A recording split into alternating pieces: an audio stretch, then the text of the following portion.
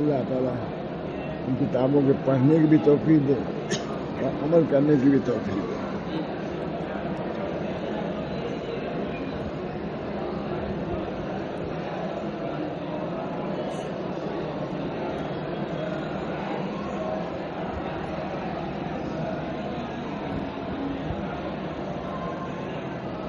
عائشہ نے رسول اکرم صلی اللہ علیہ وسلم کا وصف بیان کرتے ہوئے فرمایا کان خلق القرآن، آپ کا خلق قرآن تھا. یہ حضرت عائشہ کے بلیغ کلمات میں سے کلمہ ہے. بڑی تاریخ کان خلق کا حضور کے کیا اخلاق تھے وہ سمجھے ہوئی تھی. کان خلق القرآن بس کر دیجیے، کوئی کتاب تو نہیں لکھا، میں تقریر کیا ہے کان خلق. اگر تو حضور کے اخلاق کو دیکھنا چاہو تو قرآن دیکھو. قرآن میں جن جن چیزوں کا امر ہے حضور اس پر عامل ہے، اور جن چیزوں سے روکا ہے حضور رسول میں. تو قرآن کو پیشوا بنانا، امام بنانا ہر مسلمان کے لیے لازمی ہوگی. قرآن کو چھوڑ نہیں سکتا، دوسری کتابوں کو لے کر کے قرآن کو نہیں چھوڑ سکتا. ہمارے حضرت بہت اس کو تلاوت قرآن بہت، اور کتابیں بہت سی لکھی جا رہی ہیں. کہا کہ نہیں، وہ سب چیزیں کافی نہیں ہو سکتی، قرآن سے چھڑانے والی نہیں ہیں، بلکہ قرآن کی وضاحت وہ کرتی ہیں. ایسے کہہ رہے ہیں.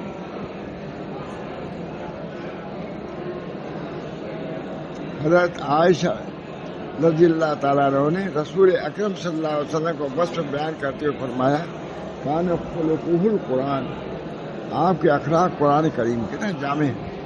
یہ حضرت عائشہ کی نہایت فصاحت و بلاغت کی بات ہے. یعنی تفصیل یہ سب ہے، اور کس کی تفصیل ہے؟ اسی لفظ کی کان خلق القرآن. آپ کے اخلاق قرآن کریم. اس کے اشارے کا مطلب یہ ہے کہ قرآن کریم نے جن چیزوں سے کرنے کا حکم دیا ان کے آپ صلی اللہ علیہ وسلم پورے طور پر پابند تھے، اور جن سے منع فرما دیا گیا اس سے دور رہتے تھے. اللہ ہم سب کو توفیق دے. جب اتنی بڑی چیز ہے ہم لوگوں پابند ہونا چاہیے. نہیں، اخلاق کا نام بھی نہیں ہے. کان خلق القرآن. حضرت تھانوی کیا بھی تھا اور لوگ کے بھی وظائف بتائے. ایک صاحب گیا حضرت تھانوی کیا انہوں نے وظائف شروع کر دیا. آپ نے اپنے طور پر کیوں شروع کر دیا؟ ہوتا تھا میں نہ کرتا. میں اخلاقیات کی تعلیم مثال کے طور پر یہ اور چیزوں کی تعلیم کرتا تب اس کو وظائف بتایا. آپ نے کیوں شروع کر دیا؟ اخلاق خلق القرآن. بہت سی باتیں ہیں بے رضائی باتیں.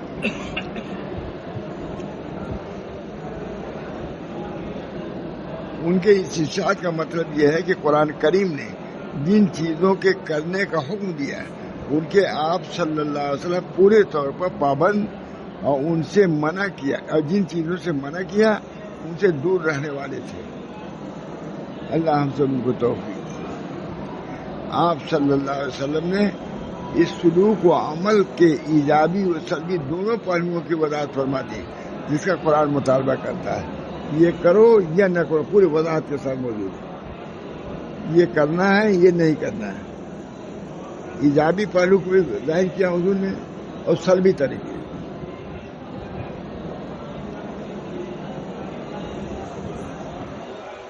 آپ صلی اللہ علیہ وسلم نے اس سلوک و عمل کے ایجابی و سلبی دونوں پہلوؤں کی وضاحت فرما دی جس کا قرآن مطالبہ کرتا ہے. یہ کرنا ہے، یہ نہیں کرنا، دونوں باتیں. بڑی عمدہ بات ہے، بڑی عمدہ کتاب لکھی ہوئی ہے. کوئی یہ کتاب ایسی تھی عرب آدمی لکھا ہے، شیخ صالح احمد شامی علی نے. کہیں وضاحت میں اتنی وضاحت نہیں ہے. اخلاق پر بات کتاب لکھی بھی گئی. تھانوی نے حیات المسلمین وغیرہ میں کچھ زیادہ ذکر کیا ہے، اور بھی کوئی کتاب ہوگی میں نہیں کہہ سکتا، لیکن اس طرح واضح طریقے سے قرآن حدیث سے میں نے نہیں دیکھا کوئی تسلیم. اللہ تعالیٰ نے پہنچا دیا ہمارے یہاں، میں تو بیان کرتے ہی رہتا ہوں.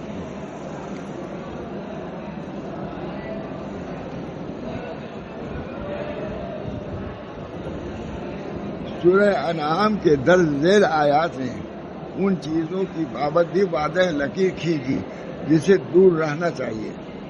جو کام کرنا ہے اس کی بھی وضاحت، جو نہ کرنا ہے اس کی بھی وضاحت فرما دی. ان چیزوں کے بعد بھی جن کی پابندی کی جاتی ہے ارشاد ہے کہو آؤ میں تمہیں پڑھ کر سناؤں تمہارے پروردگار نے تم پر کون سی باتیں حرام کی ہیں. وہ یہ ہیں اس کے ساتھ کسی کو شریک نہ کرنا.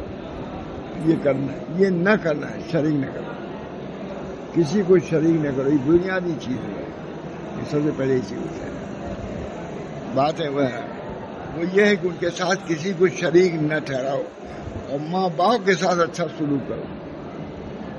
ماں باپ کے ساتھ اچھا سلوک، یہ چیزیں ذہنوں سے نکلتی جا رہی ہیں. ماں باپ کے ساتھ سلوک،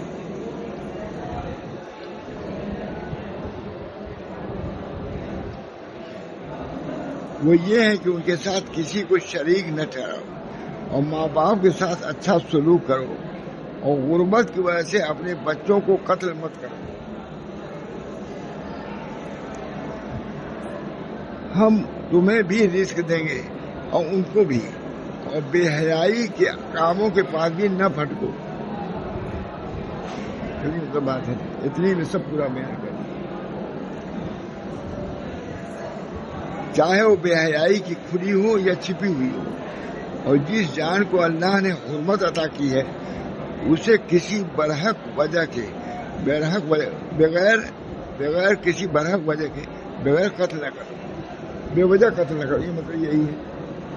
اگر لازم میں کوئی بات ہے تو دوسری بات ہے، کوئی وجہ نہیں تم نے قتل کر دیا اس کو. پورا قرآن نے اصلاح اور تربیت کی پوری بات قرآن میں بیان کری ہے. پوری باتیں آ گئی.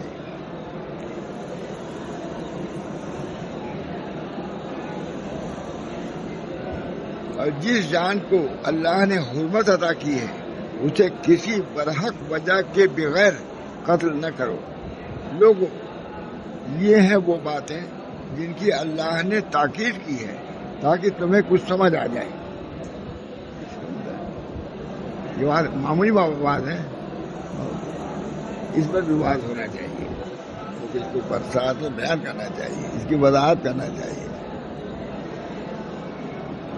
تاکہ تمہیں کچھ سمجھ آئے. اور سوا بہتر طریقے کے یتیم کے مال کے پاس نہ جاؤ یہاں تک کہ وہ اپنے جوانی کو پہنچے. یہ بچہ ہے تمہارے ماتاتی میں، اس کا مال ہے تو رکھے رہو. جوانی سے پہلے اس کو نہ دو ورنہ ضائع کر دے گا. اس بنا پر جب وہ ایک حد تک پہنچ جائے، سمجھ بوجھ اس کو آ جائے، تب دو. قرآن کا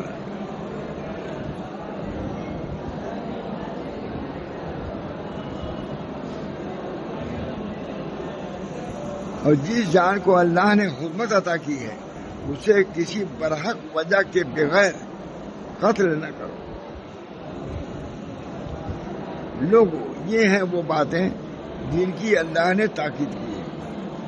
چند باتیں عمل کر لو، انسان بن جاؤ گے، مسلمان بن جاؤ گے، جنتی بن جاؤ گے. یا اللہ، لوگوں، یہ ہیں وہ باتیں جن کی اللہ نے تاکید کی ہے تاکہ تمہیں کچھ سمجھ آ جائے. اور سوائے بہتر طریقے کے یتیم کے مال کے پاس نہ جاؤ. بد احتیاطی نہیں ہو رہی ہے، بہت معاملات میں آ رہے تو پتہ کون کیا کر رہا ہے. اور سوائے بہتر طریقے کے یتیم کے مال کے پاس نہ جاؤ یہاں تک کہ وہ اپنی جوانی کو پہنچ جائیں، اور ناپ طور کو انصاف سے پورا کر دیا کرو.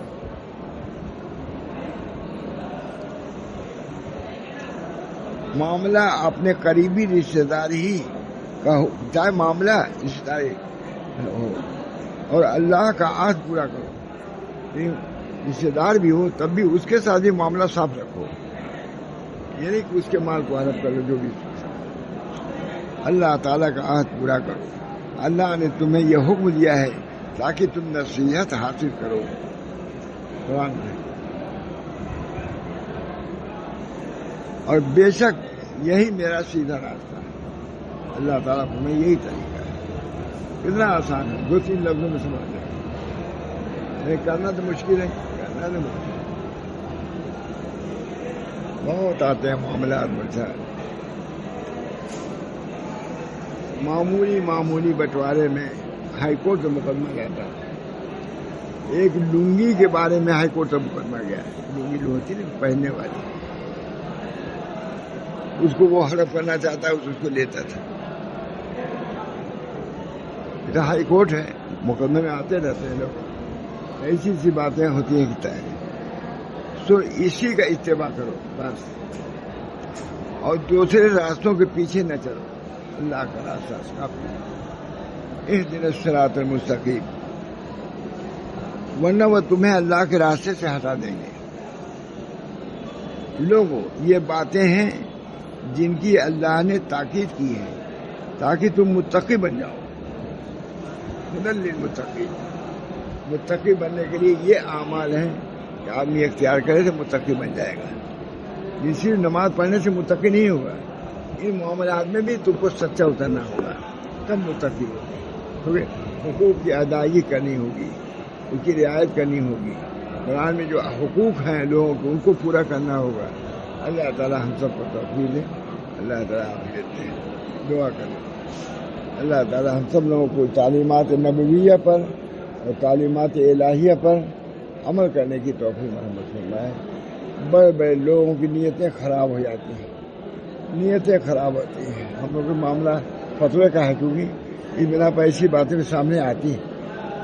اللہ تعالیٰ ہم سب لوگوں کو محفوظ رکھے بدنیتی سے۔ بہت سی چیزیں ایسی ہیں، مال دوسرے کا ہے، قبضے میں ان کے، ان کو معلوم بھی نہیں، ہڑپ کیے ہوئے ہیں بہت سی چیزیں۔ اللہ تعالیٰ ہم سب لوگوں کو حق پر رہنے کی توفیق، حق کے ادا کرنے کی توفیق مرحمت فرمائے۔ ربنا تقبل منا انک انت السمیع العلیم برحمتک یا ارحم الراحمین، بحرمت سید نبی کریم صلی اللہ علیہ وسلم۔